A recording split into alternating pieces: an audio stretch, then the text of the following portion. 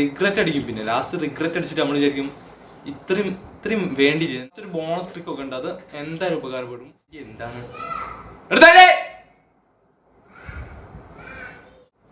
Don't care. അപ്പോൾ guys കുറച്ച് ആൾക്കാരോട് എൻ്റെ വീഡിയോൻ്റെ അടിയിൽ ഒന്ന് കമൻറ്റ് ഇട്ടിരുന്നു രാവിലെ എണീക്കാനുള്ള ട്രിക്സ് വേണമെന്ന്. അപ്പോൾ ഫോൺ സ്റ്റാൻഡ് ചെറുതായിട്ട് പൊട്ടിയിട്ടുണ്ട്, അതിനോടാണ് ഇപ്പോൾ വേറൊരു സാധനത്തിലേക്ക് വെച്ചിട്ടാണ് വീഡിയോ എടുക്കുന്നത്. ലേശം റിസ്ക് പിടിച്ച് വീഡിയോ എടുക്കണം. അപ്പോൾ എല്ലാവരും ഇപ്പോൾ തന്നെ സബ്സ്ക്രൈബ് ഒക്കെ ചെയ്യുക. റോഡ് ടു 1K ആണ്, സപ്പോർട്ട് ചെയ്യാൻ മറക്കല്ല മച്ചാന്മാരെ. അപ്പോൾ നേരെ തുടങ്ങുകയാണെങ്കിൽ എന്താ പറയാണെന്ന് വെച്ചാൽ ഇന്ന് ഞാൻ നീറ്റ് ഏകദേശം 5:38 ലാവിഷ് ഉള്ള കാര്യം ഞാൻ തുറന്നു വെച്ചു വരില്ല. 5:38 കാരണം എൻ്റെ കംഫർട്ട് സോൺ ആയിട്ടുള്ള ഈ ബെഡിലാണ് ഞാൻ കിടന്നത്. ഫാൻ ഇട്ടിട്ടുണ്ട്. ഫാൻ ഇട്ട് എനിക്ക് നീക്കാൻ കഴിയില്ല. ഫാൻ ഇട്ട് നീക്കാൻ കഴിയാത്തതിൻ്റെ കാരണം ഈ ബെഡായതുകൊണ്ടാണ്. കാരണം ഇതെൻ്റെ കംഫർട്ട് സോൺ ആണ്. നമ്മൾക്ക് ഓരോരുത്തർക്കും ഓരോ കംഫർട്ട് സോൺ ഉണ്ടാവും. അതൊന്ന് പുറത്തിറങ്ങിയാലേ നമുക്ക് വിജയിക്കാൻ കഴിയുള്ളൂ. അതുകൊണ്ട് തന്നെ ഇപ്പോൾ ഏകദേശം ഒരു 20 ദിവസത്തോളം ഞാൻ 5 മണിക്കൊക്കെ അത്യാവശ്യം നല്ല രീതിയിൽ ഒരു കുഴപ്പമില്ലാതെ നീറ്റിട്ടുണ്ട്. കാരണം ഞാൻ എൻ്റെ കംഫർട്ട് സോണിൽ നിന്ന് പുറത്തിറങ്ങി. കാരണം ഞാൻ എൻ്റെ അവിടെ ഉള്ള കട്ടിൽമേലാണ് കിടന്നത്. കാരണം അവിടെ ഒരു ഇത് മാത്രം വിധി മാത്രമേ ഉള്ളൂ. അപ്പോൾ നല്ല പെയിനൊക്കെ ഉണ്ടാവും ബാക്കിൽ. കാരണം കട്ടിൽ എന്ന് പറഞ്ഞാൽ ഒരു മരം കൊണ്ട് ഉണ്ടാക്കിയാണല്ലോ, നല്ല രീതിയിൽ പെയിൻ ഉണ്ടാവും. ബെഡില്ലല്ലോ, അതുകൊണ്ട് തന്നെ ഒരു വിധി 2ആയി മടക്കിയിട്ടുണ്ട്. അത്യാവശ്യം നമുക്ക് പെട്ടെന്ന് നീക്കാൻ കഴിയും. ഇപ്പോൾ നമുക്ക് നീക്കണം എന്നുണ്ട്, നമുക്കൊരു വാഷിൻ്റെ നമുക്ക് എന്തായാലും കഴിയും. കാരണം ഒരു വാഷിൻ്റെ നമുക്ക് എന്തായാലും കഴിയും.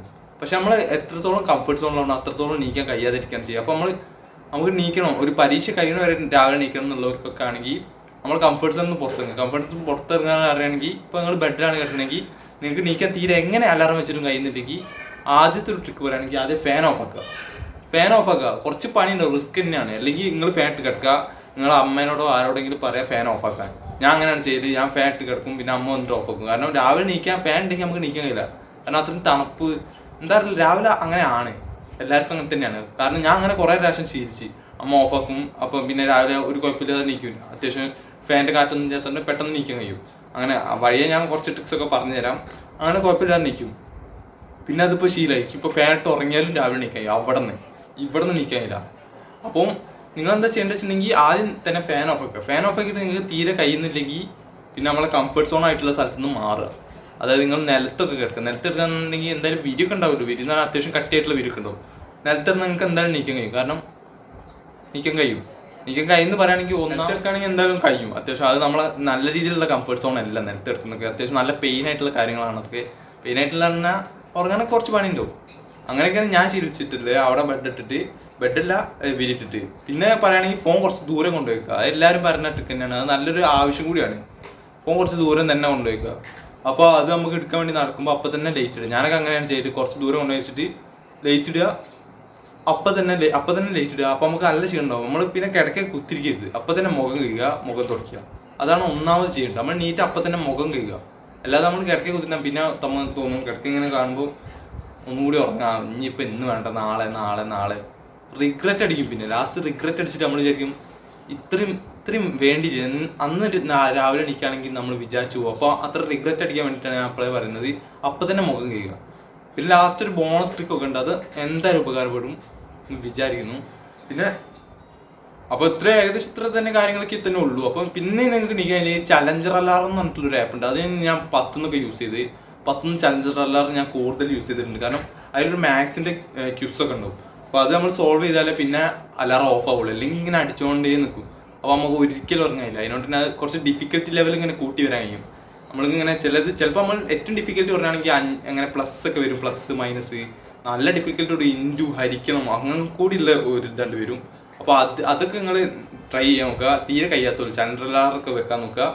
പിന്നെ അപ്പോൾ ലാസ്റ്റിലെ ബോണസ് ട്രിപ്പ് എന്താണെന്ന് ചോദിക്കുകയാണെങ്കിൽ എല്ലാവർക്കും അത്യാവശ്യം ഗെയിംസൊക്കെ ഇഷ്ടമാകും.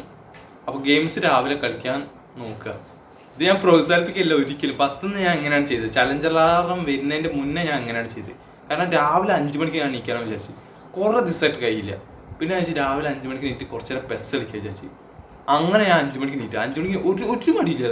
പെസ്സിൽ രാവിലെ കറക്കാൻ വിചാരിച്ചു, നല്ല പ്ലേയേഴ്സിനെ കിട്ടും വിചാരിച്ചിട്ട് അന്ന് ഞാൻ രാവിലെ നീറ്റ്.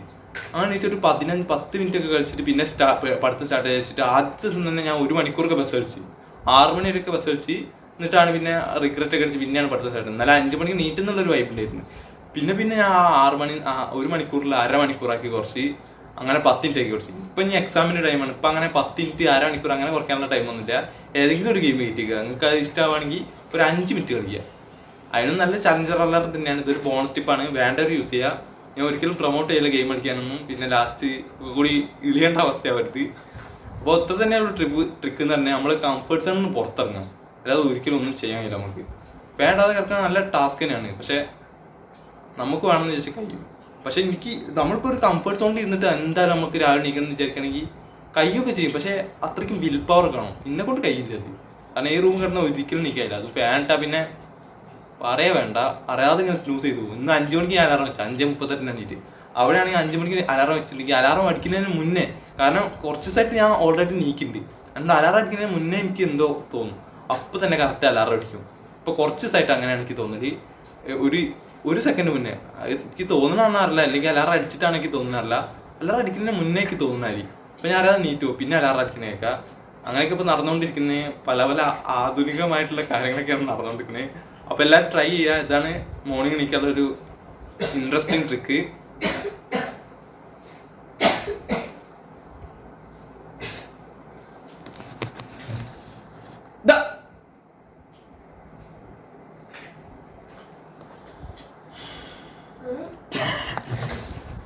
അപ്പോൾ ഇത്ര തന്നെ ഒരു ട്രിക്ക് നിങ്ങൾക്ക് എല്ലാവർക്കും ഇഷ്ടപ്പെട്ടെന്ന് വിചാരിക്കുന്നു. വേറെ വലിയ ട്രിക്സ് ഒന്നുമില്ല, ഞാൻ ആലോചിച്ചോട്ടെ. പിന്നെ രാവിലെ എണീറ്റ് എല്ലാവരും കുറച്ച് നേരം വർക്കൗട്ടൊക്കെ ചെയ്യാൻ നോക്കുക. നല്ല സ്ട്രെസ്സായിരിക്കും വർക്കൗട്ടൊക്കെ ചെയ്യാൻ. കാരണം രാവിലെ നിൽക്കുമ്പോൾ നമുക്ക് തീരെ എനർജി ഉണ്ടാവും. കാരണം നല്ല കൈയൊക്കെ ഇങ്ങനെ കുഴഞ്ഞിരിക്കും. അപ്പോഴൊക്കെ വർക്കൗട്ട് ചെയ്യാൻ നല്ല പണിയാണ്. പക്ഷേ നമ്മൾ ചെറിയ മെഡിറ്റേഷൻ ഒക്കെ ചെയ്ത് വർക്കൗട്ട് ചെയ്യുന്നത് നല്ലതാണ്. ഞാൻ അത്യാവശ്യം ദിവസങ്ങളും ചെയ്യാറില്ല, ഇപ്പോൾ ചെയ്യാറില്ല. കാരണം എക്സാം എടുത്തുകൊണ്ട് തന്നെ വർക്കൗട്ട് ചെയ്യാനൊന്നും ടൈം ഇട്ടില്ല. ഫുൾ സ്ട്രെസ്ഫുള്ളാണ്. നമുക്ക് സാധിക്കും വെച്ചാൽ വി വിൽ വിൻ. അത്ര തന്നെ ഉള്ളൂ. സബ്സ്ക്രൈബ് ആവാൻ മറക്കല്ലേ. Road to 1K, road to 100K.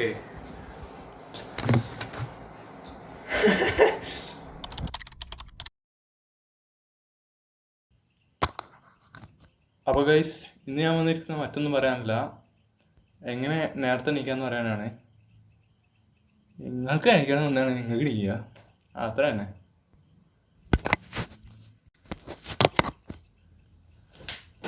Hello guys, ഇന്ന് വന്നിരിക്കുന്നത് മറ്റൊന്നും പറയാനല്ല. ഈ കുഞ്ഞാറ്റയ്ക്ക് എന്താണ്